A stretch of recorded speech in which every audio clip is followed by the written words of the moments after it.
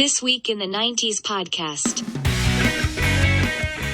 Hey everybody, I'm Sarah Tiana, and I'm Chris Brockman. And this is our first episode of our podcast called This Week in the 90s. That is a great name. How did we come up with it? How did we come up with it? Is this just going to be you laughing for an hour every week? I laugh at you a lot. That's why we love each other. That's true. We love each other? Okay. Yes. So Chris and I, if you don't know, are boyfriend and girlfriend. We have been together for 4.5 years, I think. We have a new baby. We do? My favorite joke. Yes, his name is Cage, and he's asleep right now. Thank God. He's 5 months old. He's enormous. Yeah. This is what everybody asks me. How's he doing? I'm like, well, he's huge. Yeah, he's giant. Bill Belichick is on line one. Like, he could play for the Patriots this fall if there's football. He's never going to play for the Patriots because you're a Patriots fan, and I would cheer for Al-Qaeda before the Patriots. Yeah. Anyway, we had the baby during quarantine. Basically, he was born right before the lockdown. Right before everything really got insane here in the United States. And so over all this time that we spent together, most couples are trying to get further apart. And Chris and I decided we should do a podcast. And it kind of started because we loved The Last Dance so much. Yes. Chris is a Totally sportscaster. Love it. On the Rich Eisen show. I'm a comedian and a writer and a big sports nut. And we were watching The Last Dance on ESPN, and we just started reminiscing about the 90s and how it was just this great era because there was no social media. So Zero. It was kind of like no holds bar, no rules. Like no one got in trouble. Just so much more went down in the 90s. Yeah, Dennis Rodman could go to Las Vegas for a weekend against the better judgment of Michael Jordan, and no one knew about it. Yeah. And that would never happen now. Johnny Manziel, remember, got busted a few years ago. He took a weekend in Las Vegas wearing a fake mustache, and he was sniffed out immediately by people on social media. So the 90s was just simpler time, I guess is the way to put it. I don't know if it was more innocent. Probably more bad stuff was going down in the shadows, but it just seemed like it was... You know, it's a fun time to look back on. We are both children of the 90s. Yeah. We both grew up in the 90s. I moved to Alaska from Virginia in January of 1990 at 9.5 years old. So I pretty much grew up 9 to 19 in the 1990s. I don't know how old you are, so you could be... I was 35 in 1990. So you are going to remember it really well. No, I'm kind of digging into the memory banks for this one for me, but I'm so excited because I love the 90s. I love 90s music. I love 90s movies and 90s television shows. Anything that's kind of retro, I'm totally down. Mm-hmm. The styles, the sneakers, I'm here for all of it. And I think we figured out how much we both love it and how much fun we would have just kind of looking back and talking about it with each other. So we decided to make a podcast where we would take the current week that we're in. So this week is August 3rd through the 9th. 2nd to the 8th. Same difference. So this week is August 2nd to the 8th. We need one of those like tallies for all the... Once we get higher tech graphics, for all the mistakes we make, it's like, bing! Oh, don't worry. I'm sure people will let us know. Or like do a shot for every mistake that we make. No, I'm down with that. It's night and the baby's in bed. For now. Stop saying that. This happens all the time. No, it's only because you mentioned that I jinxed it. Okay. So anyway, this week is August 2nd through 8th. 2nd to the 8th. So now Chris can take the week of the days August 2 through 8 and take 1 year in the 90s that spans those days. Yeah, so I have 7 days. 10 options. 10 options for those 7 90 days. to 99. I can look at any week of any, this specific week of any year. Right. And if something cool or interesting happened, multiple things happened, that's the week we're going to talk about. Great. So what year? All right. I am kicking this off with 1992. Oh, okay. Utah, give me 2. Now, dealer's choice. Player's choice. I'm the dealer. I was going to say. Do you want me to go in order from August 2nd to the 8th? Or do you want me to start with maybe what I think is the most interesting or most fun? I want you to start with the most interesting, fun things. Okay. This is great. We weren't going to... I mean, I don't know how you feel about starting with sports. This is not a sports podcast per se. But we both love sports. It's so more everything. Okay. It's more life. But I'm going to start with sports because you mentioned The Last Dance. I did mention The Last Dance. And one of the best episodes, I have something on my mouth already. You have something on your lip. It's like black stuff from like the mic. There you go. You got fun. We're not going to edit this out. You mentioned The Last Dance. I did. One of the best episodes of The Last Dance was about what that might Michael have happened. Oh! Pete Holmes had the best joke. He's like, I'll bite. Who's Michael Jordan? It was about the Dream Team. Yes. Oh, right. And 1992 was the first year that USA Basketball had professionals play. Now, we knew going into the 1992 Summer Olympics in Barcelona that we were going to win basketball. Uh-huh. We were going to win the gold medal. And it wasn't going to be pretty, but it was going to be awesome to see these absolute legends all play together on the same team. You mean it wasn't going to be pretty For because their for the country. other teams? It wasn't going to be pretty for the other teams. The games weren't going to be close. Okay. I mean, we were going to beat Angola by 80. You know what I mean? And Charles Barkley How do was you going know to that? elbow How that dude. did you know that in 1992? Yes, we You did not absolutely know knew that in 1992. Michael Jordan at the height of his powers. But you don't know what Magic Johnson coming back from his... Slovakian basketball player is like. I mean, you saw it in The Last Dance. You knew what they did to Tony Kukoc. Well, we know it because of now, like looking Now, back, it's 2020. We absolutely knew going into it. So, on August 8th, the final day of my first week, the Dream Team won the gold medal in the Barcelona Olympics, 117-105, over Croatia, a team that featured Tony Kukoc. That's not that terrible. That's a 12 point. 32 points. What did you just You say? said 12? 117 to 105. 117 to 85. Oh, I thought you said 105. Okay. Yeah, of that course. Is that. Michael Jordan, Magic Johnson, Larry Bird, Pippen and Barkley and Patrick Ewing and everybody except Isaiah Thomas. It was so amazing. It was the coronation of USA basketball on the worldwide scale. You could say that set the tone for what we see now in the NBA with all the foreign players. I mean, just look at Luka Doncic. Maybe absolutely unbelievable. Going to be an MVP someday. And remember the famous medal stand where Michael Jordan, all the Nike guys put the flag over the Reebok symbol because they were Team Nike all the way. It was just, USA basketball at its height.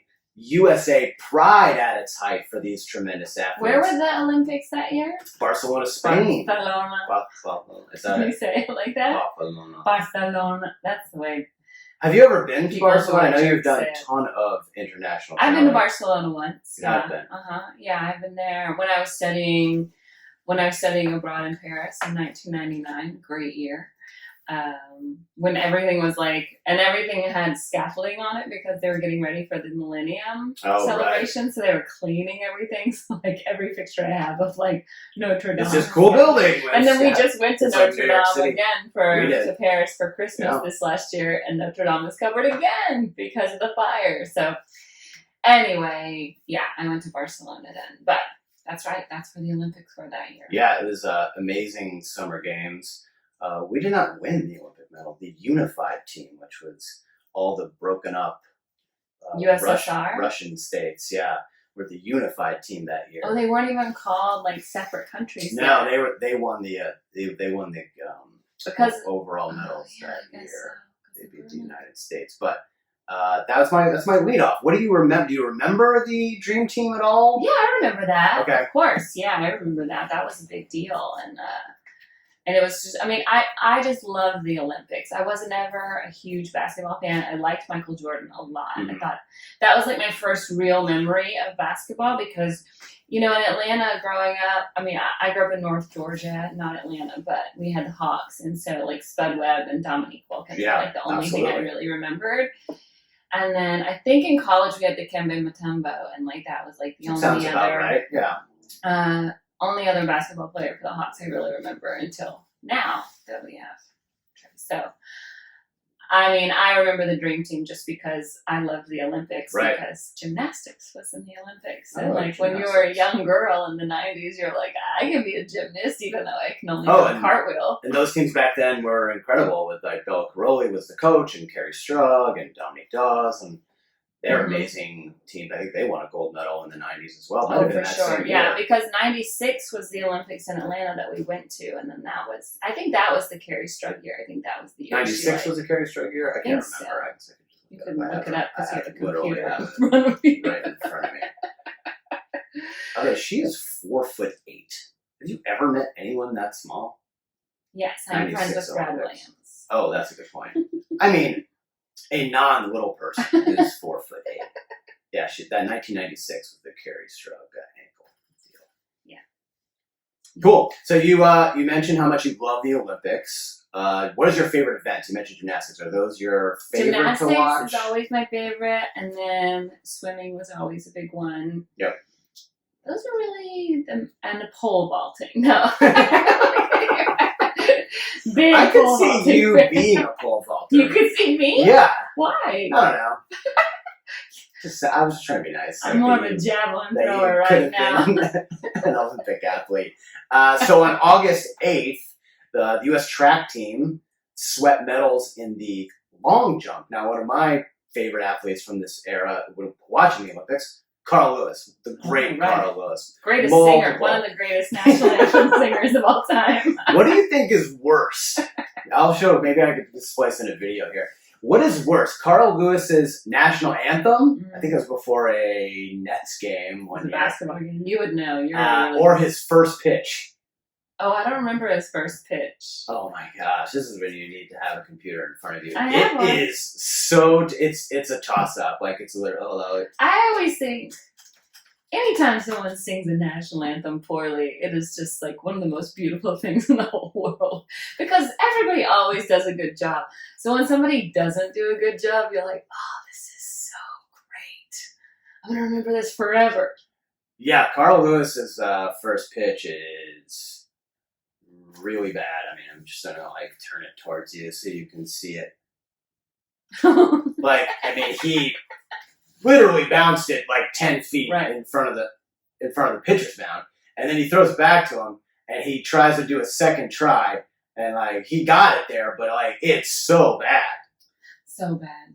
And I think his anthem was and the Rockets, right back. Then he goes, uh-oh, I'm gonna get it right now. He says in the middle of the anthem, no, don't worry, everybody. I got this. I'm going to finish this strong. No, you don't. Yeah, okay. So Carl Lewis won the gold in the long jump. A USA sweep. Mike Powell and Joe Green finished that off for the United States. So a medal sweep on August 6th for the U.S. track team in the long jump. Okay, that's all I really have for Olympics. Not all I have for sports.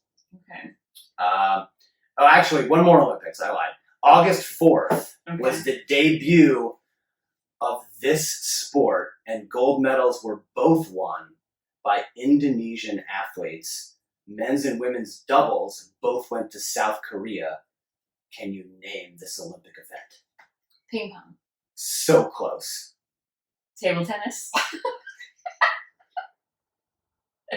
I just figured you were going to do something like that to me. No. No. Think ping pong, but you're standing on the table, and the net is raised.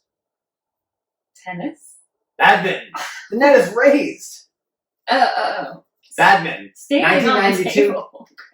1992 is the first year of badminton. Okay. Both singles were won, men and women, by Indonesia, while men's and women's doubles went to South Korea. Were you watching that?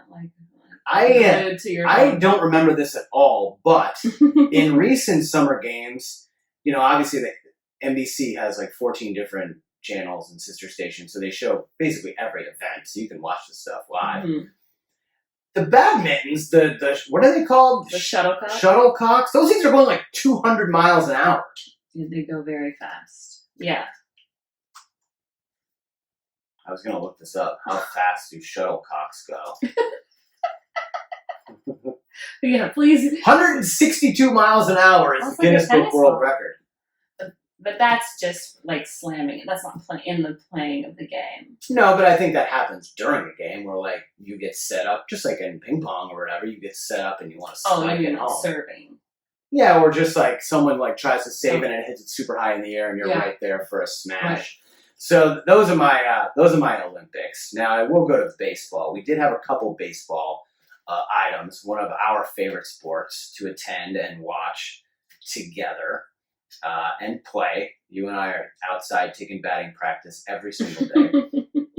On August 2nd was the Hall of Fame induction that year, 1992. Tom Seaver, Raleigh Fingers, Hal Newhouser, and Bill McGowan. Now, I don't expect you to know the last two guys, but the first two of the all-time greats. Tom Seaver, one of the greatest pitchers of all time for the Mets. And Raleigh Fingers, you should know, famous for... having fingers. No. Raleigh Fingers, one of the greatest sports mustaches of all time.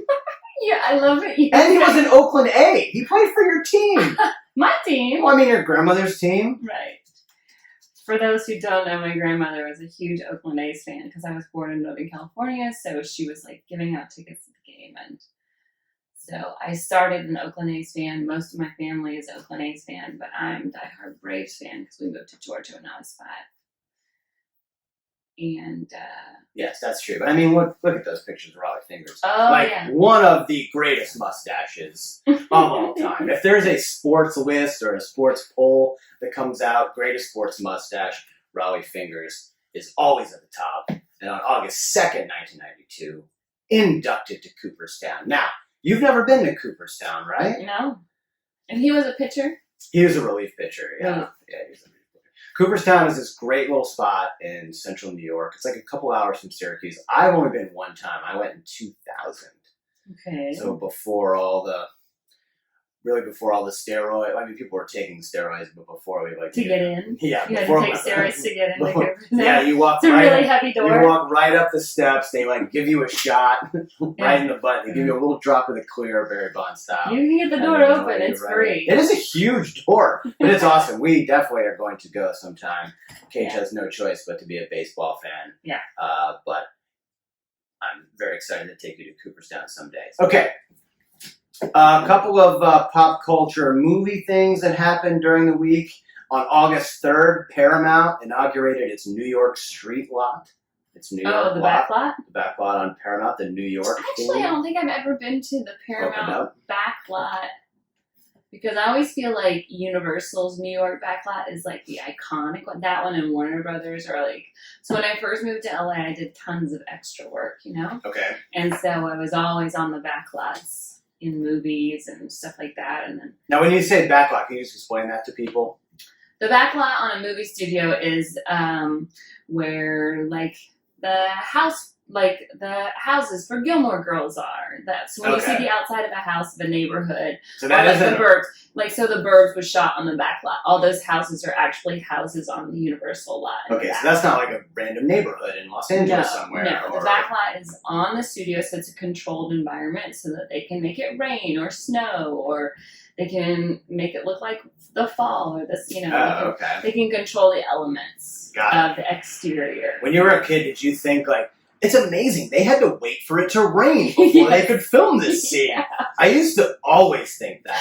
I remember shooting a scene for ER, right? So that was Chicago, I think. So like, ER was supposed to be Chicago. The L was always, like the train was always going off overhead, but we had to shoot in the rain one night. And of course, as an extra, you get excited because you get wet pay. You get a wet bump, is what they call it. That's a real thing? Yeah, you get paid a little extra for having to get wet. Like how much? How much were you getting paid? Like it's another $20 or something. So you were probably getting like $100 a day? 20 years ago, that was... Yeah. Yes. I think I was a union by then. So, yeah, $50 non-union a day, $100 to be union, plus, you know, overtime and stuff like that. Sure, lunch break and all that fun stuff. Yeah, and then sometimes, And then hazard pay for rain. Yeah, for rain That's you get amazing. extra, you That's know? And if you're incredible. making $50, an extra 20 is like... Yeah, half of a day's work. We do the math for you. That's 40%. That's 40%. So yeah, and I just remember thinking like, this is not how I thought rain happened on a movie set. Like, totally not. it was just these two giant machines, and they could just turn it on and off. You know, it was really sunny that day, but they'd put like just like a big white bounce basically over that would cast a shadow, so it looked dark. And I mean, it must have been like 80 degrees and sunny, but it made it look like it was like 50 degrees and raining in Chicago. It was amazing. That's awesome. Yeah, TV magic. So August 3rd, the New York lot opened on Paramount. Also on August 3rd, I gotta say, there's probably no chance you've seen this movie. Okay. Unforgiven premiered in Los I've Angeles. seen Unforgiven. You've seen Unforgiven? Isn't that with Charlie Sheen's brother? Emilio Estevez? Yes. That's Young Guns. That was close. You thought Unforgiven and Young Guns were the same. Well, play me the trailer. Right, you don't have the tape. I queued up all my trailers for my week. You did? So you know. I mean, this is one of the best movies of the last 30 years. See it. So Unforgiven. Is that Clint Eastwood? Clint Eastwood starred and directed. I'm confused in my head. Gene Hackman, Morgan Freeman. Gene Hackman won the. My dad's gonna be so disappointed. Won the Oscar. I didn't know that. Clint Eastwood double dipped that year, Best Picture and Best Director. It premiered. It didn't hit theaters. They had its premiere on August 3rd here in Los Angeles. I don't think I saw it. I should have, but I don't think I did. I was probably in 1992. I would have been too young to see something like that. Yeah. I mean, I didn't see it obviously in 1992. I saw it 14. I saw it much later. I was way too young. I saw it much later as well. I didn't see it obviously when it came out, but Gene Hackman is nasty in this movie. Oh yeah, nasty. Yeah. So he kills someone, and Morgan Freeman and Clint Eastwood go. It's okay. You can. It came out in 1992. You can tell us what it's about. It's a great movie. You don't remember the movie poster or anything? I think I remember the movie poster now, because isn't Clint Eastwood in the front? Yeah, so he's kind of like... And then those guys are to the right and left of him? Wait, yeah, so he's kind of doing the thing. Yeah. There's a bunch of different ones, yeah. There's like... I remember the poster, but... There's that one. There's a bunch of different ones. Doesn't the Young Guns poster look very similar? Young Guns starring... What did you say? Charlie Sheen's brother? Yes, Emilio Estevez. The Young Guns poster... I almost said Enrique Iglesias. I heard you. By the way, I heard you start that. The Young Guns poster is really nothing like... Well, it's almost similar. It's really like that same hue. That same hue? It's a Western. I was close. Kiefer Sutherland also in this movie. Lou Diamond Phillips. Charlie Sheen in Young Guns. So... Yeah, Lou Diamond Phillips plays a Native American right after he played Mexican in La Bamba. Really, a lot of range. Yeah. Lou Diamond Phillips. That's really funny. That's really funny. So that's one of the great Western. Okay, so that Western premiered in Los Angeles. It didn't hit theaters until the week after. You saw it, I'm assuming? Nationwide. I've seen Unforgiven, but I saw it much, much later. Yeah. I was in school. That was one of those movies that, do you remember the Columbia House where you got nine DVDs? That was just CDs. They had movies too. They after the CDs was a smash hit. Yeah. They did a DVD thing. And I forget what year this was, but I think we had just gotten a DVD player. Maybe I was a freshman or sophomore in college, and I was trying to build up my DVD collection, because if you had a great DVD collection in college, you were somebody. Yeah, everybody wanted to come over to your place. So Unforgiven. The best way to get girls to get into your room, if you... Hey, I have Unforgiven on DVD. I have Dazed and Confused. Why don't you hold on to that, Brockman? Yeah. I'm Dazed and Confused on DVD. No, so, you gotta have something. You can't. Unforgiven was one of the first ones that I did under my name. I think I had accounts for the dog, my brother, and sister, so I got like 36 DVDs for a penny. And then what they don't tell you is they automatically start charging you twice as much as the DVDs actually cost at Best Buy. Mm-hmm. So all of a sudden these bills were coming to my house, and I'm 20 years old. I don't have any way to pay for this. I know. I remember. And my mom is just like hounding me to cancel these accounts under my brothers and sisters' name, that I'm ruining their credit. My brother and sister were 14 and 16 at the time. Oh, I remember those. See, because they also charge you shipping and handling. Shipping and handling, and it was like $8, and the DVDs were $25. So you're getting a $34 DVD that was $14 at, Yeah. the gas station. Or I remember my bill was like $36. It was and I was crazy. Like, how am I ever going to pay Ever for going to pay that? Now, imagine now you walk into Target and you automatically spend $100. Yeah. I don't know how I do it. Those were the days. Those were the That's days. what this whole podcast is about. The good old days. The good old days. Okay, sorry, I lied. One more sports thing. On August 7th, the Orlando Magic signed #1 overall draft pick. Shaquille O'Neal. Hey! Look at you! So Shaq was the first overall pick in the 92 draft that happened in June, I'm going to say, that year. And he signed officially with Orlando on August 7th. That's cool. Shaquille O'Neal. Now, Shaquille O'Neal is how I measure how old I am. Really? Shaquille O'Neal is the first athlete where I vividly remember his first moment in the NBA, and I vividly remember when he retired. Like, his entire career, I saw beginning to end, and I can remember all of it. Mm-hmm. So he's how, when he officially retired, that was my moment where I'm like, wow, I'm getting old. I have seen all of Shaq's career. Because how long was he in the NBA? When did he retire? Ooh, he is in the Hall of Fame now, or maybe he's about to be. He played a long time, kind of the end of the years. The end years. So you just said you remembered every single. Well, no, I'm just saying, like, I don't remember exactly how many years he played. I think he played like 18 or 19, but at the end, he bounced around. He played a year for the Celtics and Phoenix and the Cavaliers. So like those don't really count. But like dominant Shaq, like the Lakers Shaq. Yeah, the Lakers Shaq, Heat Shaq, kind of at the end. That's when you're like, Shaq never retired. You're like, Shaq's still playing. You're like, wow. Shaq owned 87 Papa John's. Like this guy, I remember beginning to. I mean, Shaq's 48. I just remember he's 48 years old. In 1995, I was working at the. So he retired in 2011. So like, okay. I'm getting into my 30s now, and I'm like, I remember this guy's entire career. I was 12 when he started. Well, that's a 19-year, yes, yeah. And I finally got to meet Shaq at the Super Bowl when it was in Atlanta. We our show shared a studio space with the Turner set, and so they came in one day, and Shaq did our show, stood next to him. Mm-hmm. I mean, you talk about just. I've met tall people before. I've met Kareem and Boban and Chris Webber. Those guys were all 7-footers, 7 foot and taller. Boban, I think, is 7'3". But he talked about just sheer volume to an individual. Like Shaq is 7'2" and like 350 amount of pounds. Yeah.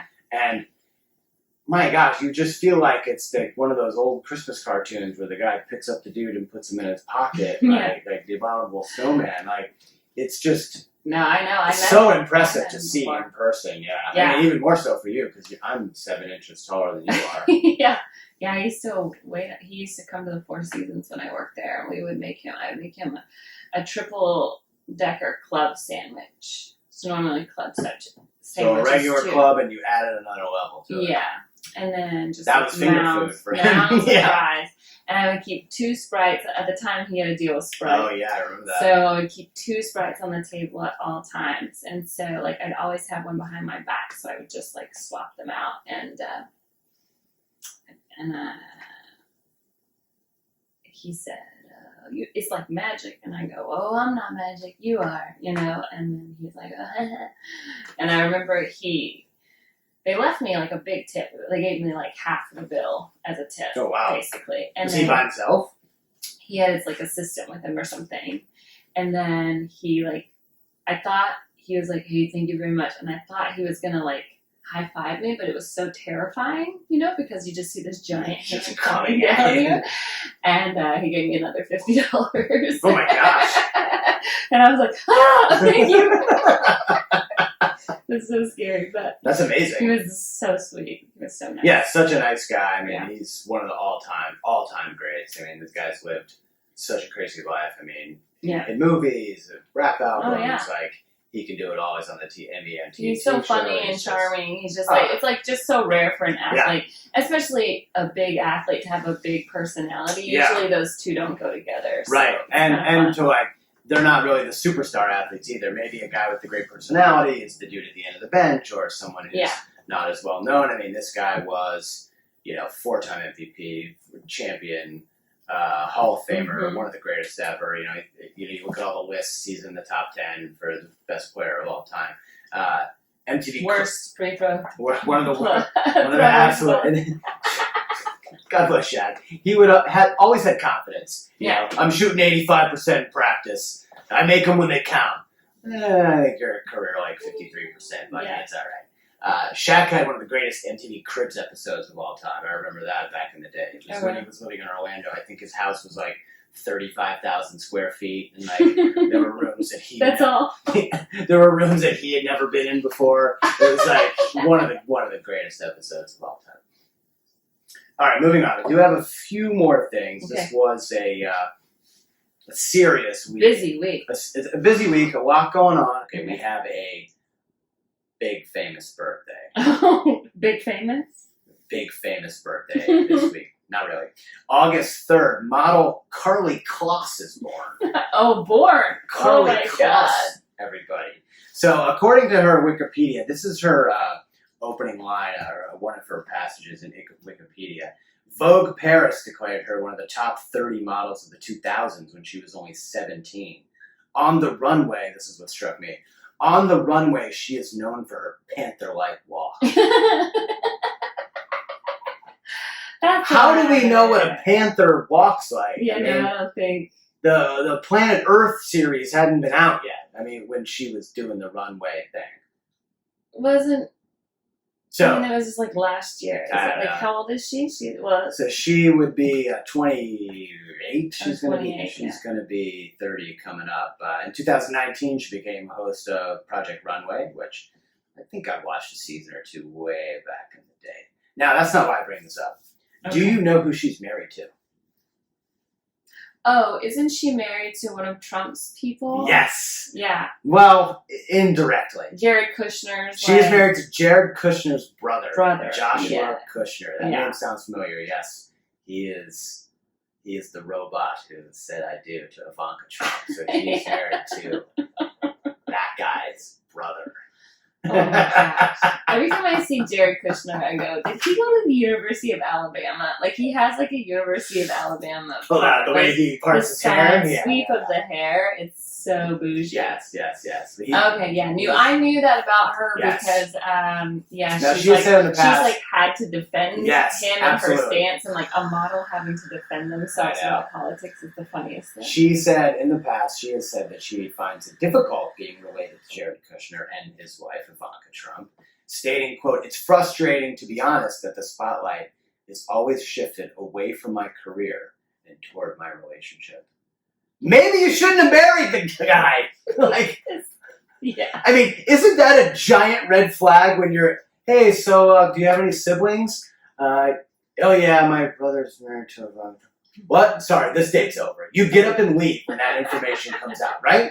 There's no way. I kind of want to be If I was like Richard Nixon's nephew, there's no way that you would be with me right now. That is insane. Yeah, I don't know. Yeah, it would be hard to just constantly like defend you to other people, but I feel like you're your own person. Like the people that you are way too nice. There's tons of people in my family that I don't agree with. It doesn't, just because you're related to them doesn't mean you agree with them. But don't you want to just like take that, just completely not even have that on the table? When you're friends with someone that I disagree with, that's different. When you're related to someone that I disagree with. Yes, but she's not like related. She made a conscious decision to enter this family. Yeah, but Kushner's brother might not be like him. I don't know, man. I just think you don't even want to risk it. I don't know. Why even take the risk? For love. Is love really that important? You can't find another ridiculously good-looking guy who's also rich. You're a supermodel. Everyone wants to date you. You have to stop shouting because if you wake up the baby, you have to go put him back to sleep. Sorry, I just feel very passionate that she should have just said no to that date when she found his name and then Googled him like everyone else does. I don't know. I would also love to be in the family where I just caused problems. Where I was the one that was the renegade. Everybody believed one thing, and I was like, "No, I'm the Bill Burr of this situation." Yeah, that's I not just how this disagree. goes. Just for the sake of disagreeing. Yeah, it's kind of fun. All right. I just thought that was pretty ridiculous. Also born this week on August 8th, actor Casey Cott. No? Not ringing any bells. He is one of those dudes on Riverdale, which I've never seen, but everyone says it's quite popular. It's very popular. Great. Okay. The number one movie and music during this week. Early August, 1992. Death Becomes Her is the number one movie in America. I loved that movie. Really? I liked it. I shouldn't say. So Unforgiven takes over the number one spot next week when it comes out. Okay. And it holds it for several weeks. But Death Becomes Her had its one moment in the sun as the number one movie in America. Bruce Willis, Meryl Streep, Goldie Hawn, Robert Zemeckis directed it. You know him as? Bobby. He directed Back to the Future. All the Back to the Future movies. Oh, I thought you meant on a personal level. No, okay. The film focuses on a pair of rivals, Meryl Streep and Goldie Hawn, who drink a magic potion that promises eternal youth, but they experience an unpleasant side effects when they actually physically die, and they become walking, talking corpses in the process. Now, this actually won an Academy Award. It did? Any guess what Academy Award this won? Close. Best Visual Effects. Mixed reviews, commercial success, $150 million worldwide, and has, according to its Wikipedia page, developed a cult following, particularly among the LGBT community. LGBTQ. How do you feel about Meryl Streep? What do you mean? I love Meryl Streep. What exactly do you love about her? What do you mean? Well, I think she's funny. I think she's human. I do think she's a great actress. I think she's got incredible range. How do you feel about this hot take? Oh, God. Oh, no. Meryl Streep, the most overrated actor of all time. Yeah, I think that's ridiculous. Which part? I think she is given a lot of... She gets nominated now for appearing in movies, okay? You're not great in everything, okay? I know she's got 21 nominations. You weren't the best. You weren't one of the top 5 21 different years. That is ridiculous. I do think she is beloved with... Everyone makes bombs. You're not telling me she's batting 800 for her movie career. That's ridiculous. I do think that she makes good choices. I do think that she plays different parts a lot. You know what I mean? I loved when she played Julia Childs, Got nominated that year. Yeah. I think, Sophie's Choice. She's just won the Oscar. She's just been this legendary actress that is kind of clutch. If she's in it, it's going to be good. She's going to be good. But do you think that's reputation, or is she actually good? No, I do think she is nominated on reputation. I do think that. Okay. Yeah. That's all I'm really But saying. I do think sometimes she should win. I do think sometimes it's deserved and honored, Whereas I think someone like Amy Adams should have won twice already. Yeah, she won last one in 2000. She has only 3. It's a terrible percentage. Well, it's like the Yankees. They go to the World Series, but they don't always win. She's 3 for 21. No, and she knows that. She last won and 2012. She's funny about it, you know what I mean? And she's, but it's also it doesn't feel like the Oscars if she's not there. I think she should just go away. Give someone else a chance. I'm sick of Meryl Streep. Just stay home. She likes to act, and she's good at it. Jack Nicholson. She's great in Jack Nicholson did it right. He got nominated. He won it when he was an old man, and he doesn't go anymore. He doesn't make it about him. I feel like Meryl Streep, just by showing up, makes it all about her, and we have to see her in the front row. And she's got She's also friends with everybody. She's everyone's friends with everybody. That's not true. Sick of Meryl Streep. Not everybody is friends with everybody. A lot of people hate each other. Sick of Meryl. Oh, I hate Meryl Streep. Oh my god. Hot take. All right. Mm-hmm. Music. The #1 song. I hope this is almost over because my beer's almost gone. No, I mean, you can't get another one. Madonna had the #1 song in the Billboard chart that week with This Used to Be My Playground. This used to be my playground. This is like a really sad song. It was from A League of Their Own, which she also starred in. Oh, I loved her in League of Their Own. I love A League of Their Own. One of the greatest, I would say one of the best sports movies of all time. Top 10, for sure. That was #1. November Rain by Guns N' Roses and End of the Road by Boyz II Men, also released this week. Mm-hmm. Huge week for music. They would, Boyz II Men. End of the Road by Boyz II Men would go on a huge #1 streak. It would reach it later in the year and hold the #1 spot for 19 straight weeks. That's incredible. Some fun stats going on this week. The average price of gas was $1.12. Oh, wow. What you wouldn't kill for $1.12 gallon of gas right now. The U.S. population was roughly 255 million. Gallon of milk, $2.78, 93 cents for a dozen eggs. And the Dow Jones Industrial Average hit a high of, wait for it, 3,400. I don't know what that means. During this time.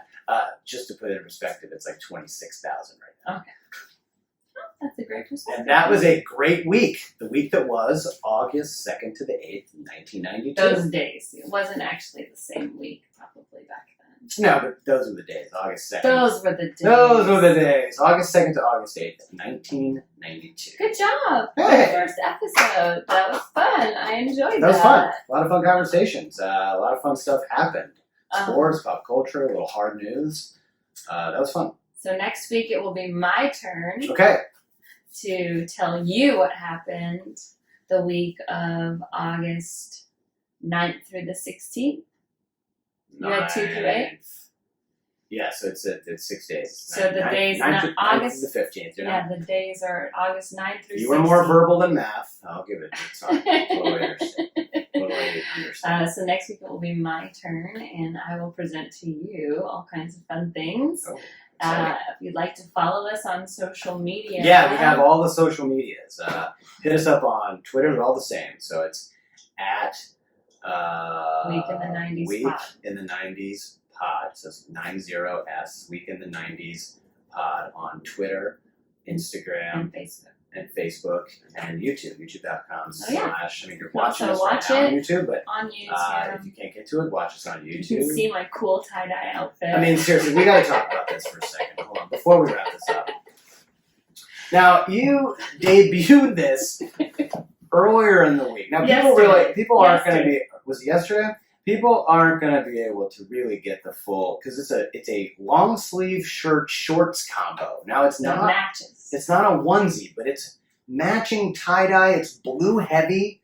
Kind of on the left side, there's like everyone's been doing pink swirl with some green and blues. Okay, there's a big green swoop across Let me explain myself. The booble region. Quiet. Everyone's been doing a lot of online shopping, and when I saw this, I was like, that looks really cozy and comfy, and it's not as cozy as I want it to be, and it's much brighter than I thought. It's like, so, I just need to wash it like 87 times, and then it'll be the exact color I want. I mean, you like walk outside and like bugs and mosquitoes like run into you like you're a bug zapper. No. Like I just heard like. Listen, I wore it because it's very 90s.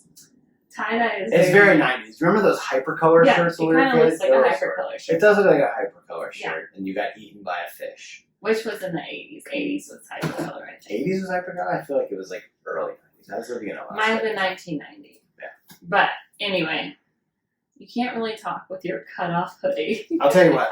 First off, how great is my arm tan? You finally have one. Now, normally I would have a golf tan where it was like here. Well, for the most of the summer, you were rocking just the tan on the circle on the back of your head from the back of your hat. So I had to stop wearing those hats. It was like the mesh with the opening in the back. Yes. It was terrible. But I got a great golf tan on the bottom. My feet are super white. But I don't know. These things are comfy, but they say like hey, I'm here to work out too, in case, you need me to In case you want to work out. Yeah, in case you need me to bench press stuff or like grab chop some those wood. 10-pound weights over there. I've been doing prison workouts for 5 months. What do you want from me? Just saying.